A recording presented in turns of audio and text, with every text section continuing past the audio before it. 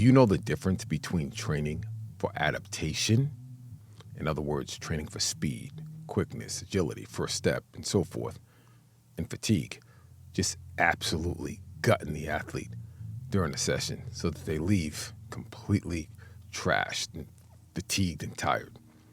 Well, it's a true story. I had an athlete who was in 8th grade at the time, and after every session, he would go into the bathroom. He'd come out, his face would be all wet. Like, what's going on here? Is he just cooling himself off? So one day I asked him, I said, why do you always wet your face like that? I mean, it was excessive. And he says to me, if I don't come out looking like I sweated, I'm going to hear it from my mom in the car that I didn't get a good session and that I need to work harder. And consequently, I need to push him harder. Well, the goal of that athlete was to improve speed. And I want to dive into real quickly the differences between the two.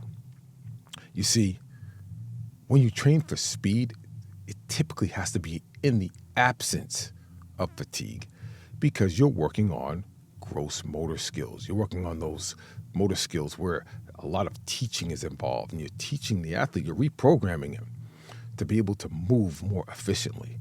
So oftentimes, if you do it in a manner where they're gassed and fatigued, you're going to always get what you've always got. And thus, the athlete's not going to realize the goal. Training for fatigue, trust me, anyone can do that. There's a time and place for it, and trust me, I've done it all my career. But you have to build the foundation first.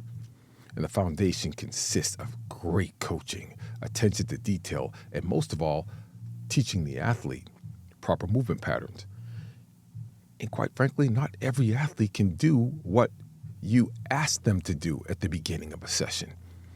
They have to learn. There's a process that they have to undertake in order to be able to absorb what you're teaching them and then apply it in a good, efficient movement pattern.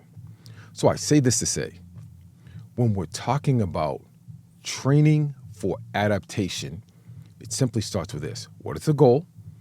What's the objective? If the objective is to train to improve their conditioning level, so be it. That's the objective. We'll attack that. If the objective is to improve their speed and quickness and agility and so forth, so be it. We'll attack that.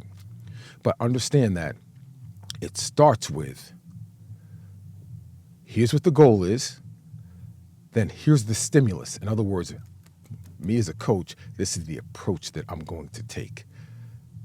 Then I'm always asking, what do I want to elicit in this training session? In other words, what do we want to get better at?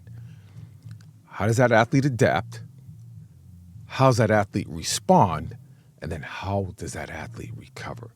So just a tip for the parents, understand that training is a process that requires time to achieve the result.